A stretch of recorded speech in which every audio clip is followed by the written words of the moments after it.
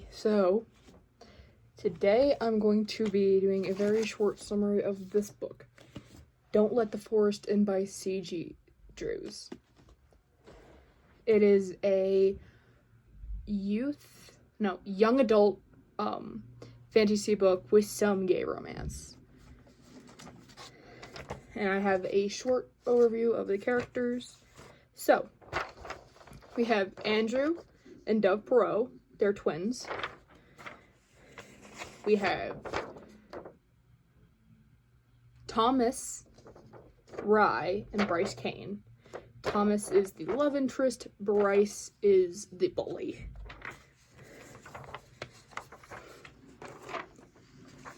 Just gonna continue with the friends. This is Lana Lang and their principal, I do not remember her name. This is Professor Clemens and this is Professor Poppy. Poppy is the art teacher. He is the chemistry teacher, I want to say. It was mentioned like once in the beginning. This is their school. The Perot twins are Australian. Their father, after their mother walked out or died, he, got big on his real estate business. He still lives in Australia. He flies the kids out to Virginia. And one fun part of the campus is the forest, which in this year is forbidden after. They don't really tell the students. Another character we have that is out of place. Can't really see him too well. He's the English teacher. Yes, that is Remus Lupin. I was imagining him as Remus Lupin. Then we have... we also have Hatchet. That comes as important later. This is Andrew's notebook and a Sharpie. So, we start off the book with the twins arriving at campus. It's stated very early on, Dove is not talking to anybody. She's not talking to their father. She's not talking to Andrew. She's not talking to anybody. Andrew believes that this is because of a fight between her and their best friend, Thomas, the year before. When they arrive at school property, he feels like everybody is staring at him. This is because right before the end of the year, he punched a mirror. It's not explained why. And so basically, he's trying to go up to his room. He's had the same dorm room for years, I believe. And his dorm mate is Thomas. That's how they're best friends. And, Thomas doesn't show up. Thomas does not show up. He's late. And, Andrew doesn't question that. It's mentioned very early on, Thomas's parents were abusive. Let me straighten that out just a bit. Alright, there we go. It's mentioned very early on, Thomas's parents are abusive.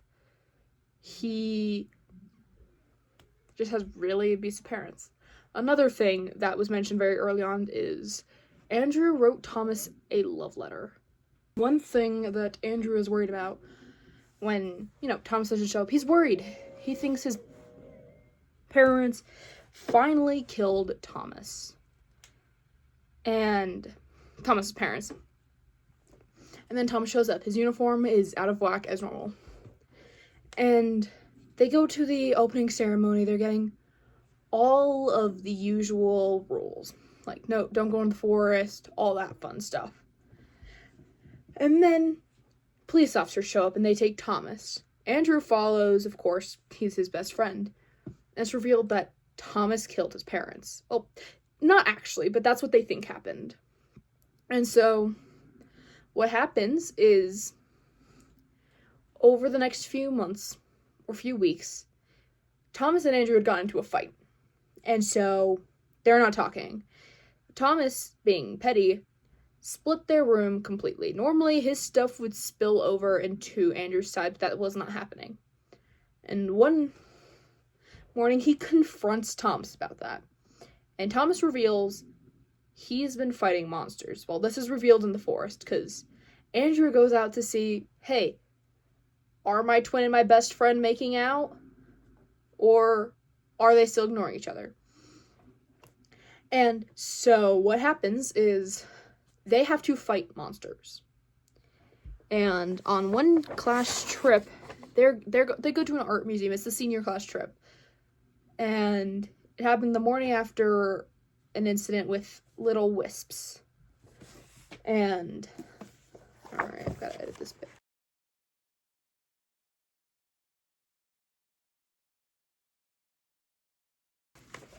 This is what they fought the night before the trip. So, when they go into the town, they're at an art museum for the first half of their day. Afterwards, they're allowed to do whatever they want, which is when they pick up the hatchet.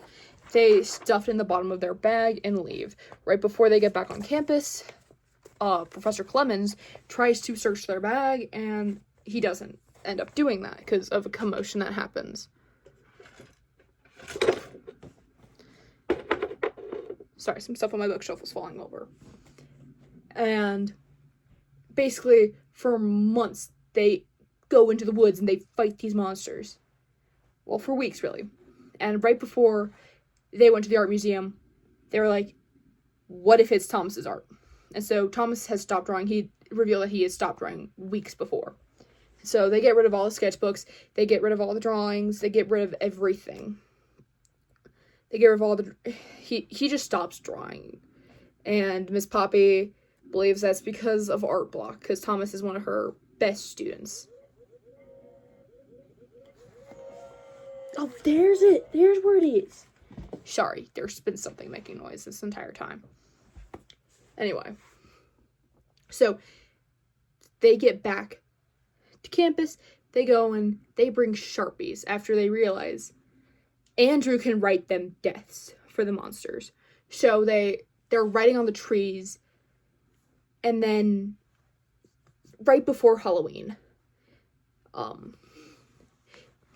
Andrew is at a tennis practice because he plays tennis because they have to play one sport. That's something required here. And he plays it with Bryce Kane. I know I have a picture of him as a football player. He's a jock. He's your average jock. And so, this was still when when Andrew and Thomas were fighting. He thought that someone had put a mushroom in his pocket. He thought that Thomas had put a dead mushroom in his pocket. And slowly, the forest is making its way into the school.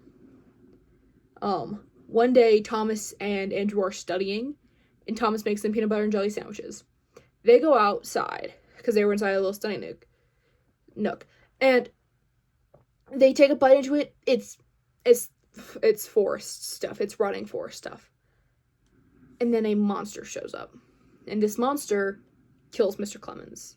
That is the third death due to the monsters, because Thomas previously mentioned that he was not the one that killed his parents, it was monsters. He had grabbed the knife that his neighbors had seen him leave with as being him killing them. But it was really him trying to kill the monster, and he got scared and he left. And so Mr. Clemens is dead. And it destroyed part of the school. And so what happened is they closed that part of the school. And they continue like this for a few weeks. And then Halloween is coming up. It's a few nights before the dance. Or the night of. And Andrew was going out to the forest. And he saw Bryce Kane hanging from vines. His eyes gouged out. And so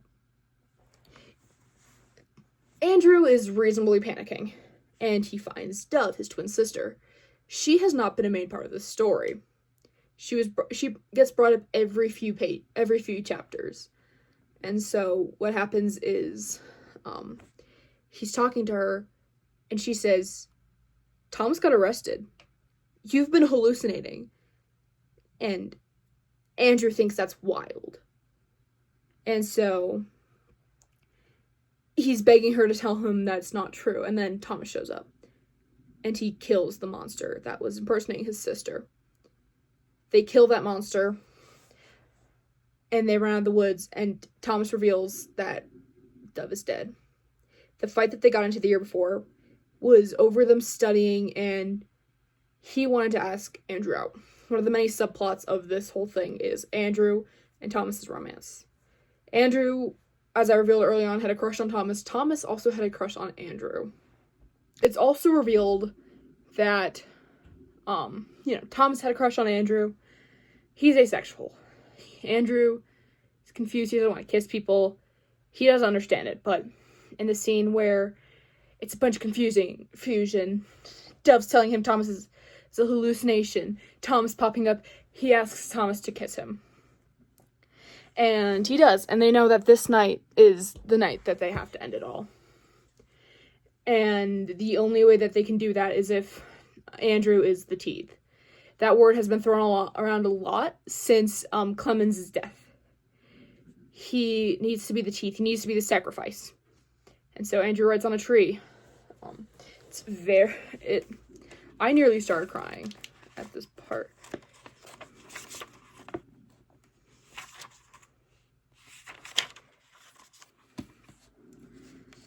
Once a prince took a knife to his chest and carved himself open, showing his ribs like mossy tree roots, his heart a bruised and wretched thing beneath.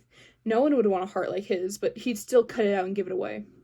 He gave his heart to the October boy with 1,001 freckles and hair of autumn leaves, but almost at once the heart began to corrode, and the prince turned into a monster. They should bury it, the prince decided, and see what it would grow into. They decided to bury the heart deep in the woods, for monsters were ravenous things, not to be trusted. This way the October boy would be safe. Within the ground, his heart grew into a tree, and the monster lived among the branches, and he had forgot he had ever been a prince. But the October boy didn't flee. He climbed the tree and kissed the lonesome monster until it devoured him whole. And they agreed that everything would stop after Andrew was dead. And we don't know, because Andrew is the prince.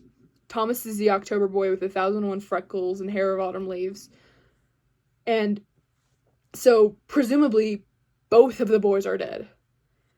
And I gave this book a 5-star on Goodreads. I nearly started crying in the library when I read the end of it. Why, my big questions are, why did it not start sooner? Because Andrew would write these dark stories, and Thomas would turn them into art.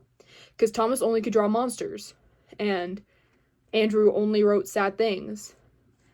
And it's also revealed that the reason Thomas didn't know about why Dove and Thomas were fighting was because he blocked out the memory of Dove dying. He probably felt so empty without his twin sister. And honestly, if I were a twin and I lost my twin, it would be hard. And plots like this are just amazing, where it's a twin that leaves another one behind, like Fred and George Weasley. And so I would really recommend this book if you want subtle gay hints, dark fantasy. And I'm gonna quote a review I saw on Goodreads. This is like Andrew Joseph White on crack. It's that good. Alright, that's it for today. Thanks for watching.